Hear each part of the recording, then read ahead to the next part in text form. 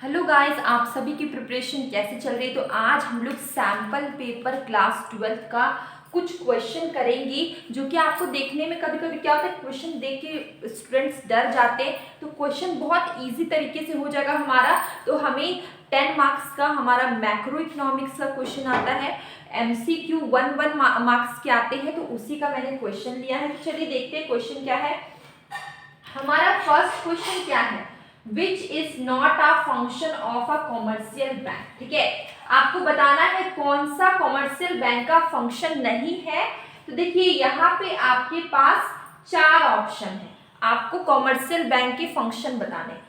First option is arranging transport for import and export. क्या commercial bank का काम है कि वो इंपोर्ट और एक्सपोर्ट को अरेंज कर, ट्रांसपोर्ट के लिए मतलब ट्रांसपोर्ट अरेंज करता है या इंपोर्ट एक्सपोर्ट के लिए, ये काम नहीं है। ठीक है, लॉकर फैसिलिटी देता है कॉमर्शियल बैंक, सही है। एक्सेप्टिंग डिपॉजिट, डिपॉजिट एक्सेप्ट करता है। और लैंडिंग द मनी, ठीक है, मनी भी उधार में देता है। तो कॉमर्शियल बैंक का फंक्शन है प्रोवाइडिंग लॉकर फैसिलिटी, ये करेक्ट है। एक्सेप्टिंग द डिपॉजिट, ये भी फंक्शन है। लैंडिंग द मनी, पैसे भी उधार देता है, लोन देता है, तो ये भी फंक्शन है। लेकिन transport for import and export, ये वाला फंक्शन नहीं है। यहाँ पे पूछा गया है नॉट, तो इसका आंसर होगा ए। आंसर विल बी ए। ये क्वेश्चन हमारा सॉल्व हो गया। अब ये क्वेश्चन आते हैं, the value of fill in the blanks can never be negative while fill in the blanks can have a value equal to 1। ठीक है, तो ये जो क्वेश्चन था वो बहुत कंफ्यूजिंग स्टूडेंट्स को लगता, लेकिन उसको मैंने इजी किया है। आप बहुत इजीली इस क्वेश्चन को समझ जाएंगे। क्या लिखा हुआ है, the value of fill in the blanks can never be negative। ठीक है, किसका वैल्यू नेगेटिव नहीं होगा। ठीक है, किसका वैल्यू नेगेटिव नहीं होगा। यहाँ पे एपीसी, एपीएस, एमपीसी, एमपीएस, ये सब आपके ऑप्शन है। ठीक है, तो जो कंजम्पशन होता है उसका वैल्यू कभी भी नेगेटिव नहीं होता है। जीरो लेवल ऑफ इनकम में भी हम लोग कुछ ना कुछ कंज्यूम करते हैं। ठीक है, इसको हम लोग बोलते हैं ऑटोनोमस कंजम्पशन। ठीक है, तो यहाँ पे फिल होगा एपीसी, एपीसी। ठीक है, एवरेज प्रोपेंसिटी टू कंज्यूम। ठीक है, कंजम्पशन का वैल्यू कभी भी जीरो नहीं होता है। ठीक है, कभी भी जीरो नहीं होगा, कभी भी नेगेटिव नहीं होगा। कुछ ना कुछ तो आप हमेशा कंज्यूम करेंगे। ठीक है, भले आपका इनकम हो या ना हो। ठीक है, इसके बाद while fill in the blanks can have a value equal to 1। ठीक है, ये जो यहाँ पे देखिए, यहाँ पे fill in the blanks है, यहाँ पे देखिए, इसको मैंने एक्सप्लेन किया है। जो एमपीएस होता है, मार्जिनल प्रोपेंसिटी टू सेव। ठीक है, MPS can only be equal to 1। MPS क्या होता है, वो इक्वल होता है 1 के। ठीक है, क्यों होता है, वे देखिए एमपीएस का जो रेंज है वो 0 से 1 के बीच में रहता है। where 1 indicates that the entire addition income is saved। 1 क्या इंडिकेट कर रहा है कि entire addition income is save. ठीक है, तो यहाँ पे हम लोग ने देखा कि एमपीएस का वैल्यू क्या होगा, 1 होगा। ठीक है, 1 इंडिकेट करता है कि इंटायर इनकम क्या कर रहे हैं, हम लोग सेव कर रहे हैं। ठीक है, तो आपको लगेगा कि इसका आंसर एमपीएस है। ठीक है, हमें तो लगा कि एमपीएस का वैल्यू 1 होता है, तो इसका आंसर तो एमपीएस है। तो क्या कहीं पर भी ऑप्शन में एपीसी और एमपीएस है? देखिए एपीसी, एमपीएस, यहाँ पे भी नहीं है, यहाँ पर भी नहीं, यहाँ पर भी नहीं। इसका आंसर एमपीएस नहीं होगा। यहाँ पे देखिए एक और चीज, इसको भी मैंने थोड़ा इजी बनाया। देखिए यहाँ पे देखिए, the value of APC can never be greater than 1।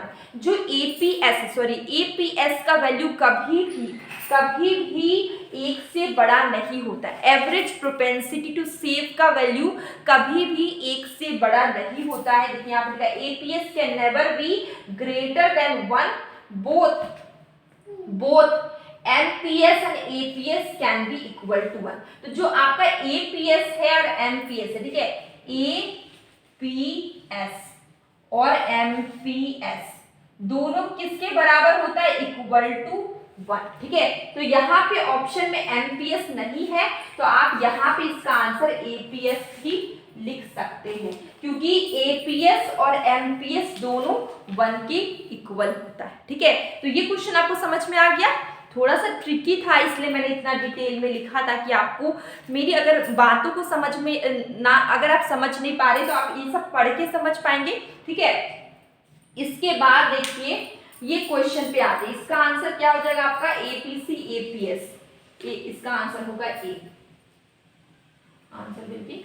ठीक है, arise in the interest rate, अगर इंटरेस्ट रेट होम का बढ़ता है, ठीक है, तो क्या होगा, डोमेस्टिक करेंसी क्या होगा, अगर होम का इंटरेस्ट रेट अगर बढ़ता है तो डोमेस्टिक करेंसी का स्ट्रेंथनिंग बढ़ेगा। ठीक है, इनकरेजमेंट मिलेगा, तो यहाँ पे डोमेस्टिक करेंसी क्या होगा, एप्रिसिएशन होगा। ठीक है, तो इसका आंसर होगा B, appreciation, answer will be B, यहाँ पे होगा appreciation, answer will be B.